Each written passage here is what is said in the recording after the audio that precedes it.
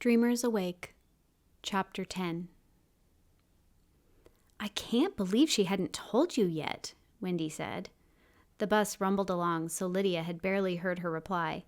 They'd been trying to keep their conversation private, but James seemed to have heard everything. "You didn't know about Maggie's daughter?" he said incredulously. "How can that be? Wasn't she your cousin?" "Of course she was. I just had never met her," Lydia said. "That's insane," James said.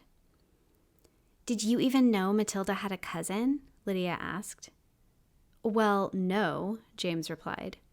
"Weren't you her best friend? How could you not know? That's insane," Lydia said snidely. James's face flushed a deep red, and he sat back in his seat, muttering. She didn't like being so mean, but James had started it. She was trying to make a point. "I didn't know she had a cousin either," Wendy said. "I was really surprised when my mom told me you were going to stay with Maggie." Lydia sighed. "I guess it makes sense how she knew the teachers and all.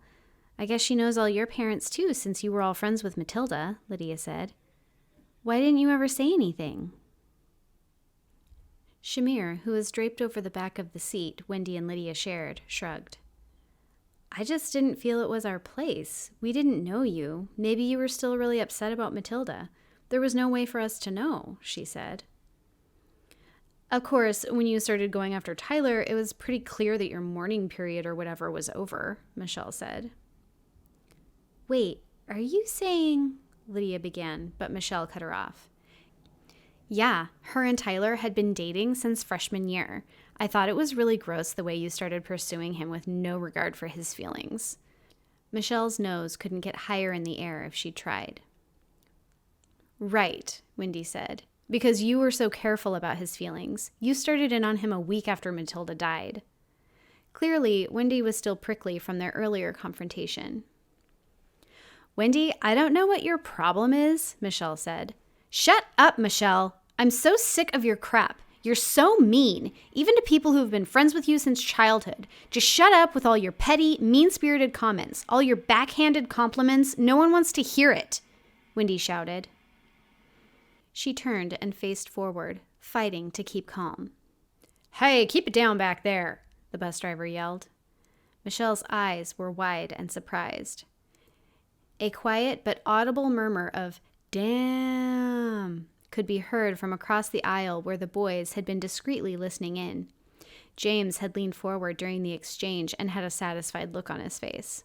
Lydia and Shamir were just as surprised as Michelle, but Lydia hid a small smile. She gave Shamir a shrug and turned to face forward as well. The bus rumbled to a stop outside the school and disgorged the students. Lydia struggled to keep up with Wendy, who obviously wanted to leave Michelle in her wake. Shamir jogged along as well, but Michelle hung back, still looking stunned and confused. "I'm glad someone finally told her off," Shamir said. "It's just ridiculous. The things she says, how hypocritical she is. I don't know why she does that," Wendy said. "Some people are just that way, I guess," Lydia said. "It just makes me crazy," Wendy flung her hands in the air.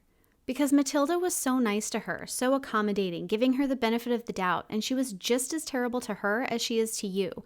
And it's crap, and I'm sick of it. I won't be friends with someone who's so awful." Lydia nodded. It was a little weird to hear them talking about Matilda now. It was clear to her that Matilda had been someone almost everyone had loved, and the subject had been off limits when Lydia was around. There was a bit of a feeling of relief, but behind the feeling there was also a certain foreboding. Now that the knowledge of Matilda was out in the open, how would that affect her dreams? Would they become worse? What was more confusing was the presence in the house seemed stronger and so contrary to how everyone else talked about Matilda. The presence she felt was definitely hostile, but to hear her friends talk about her, she was the complete opposite of that, to the point where she embraced a girl who was openly antagonistic to her. One who even started to pursue her boyfriend mere weeks after she died. Because of this new information, Lydia had to wonder, was it actually Matilda who was haunting the house, or was it someone or something else?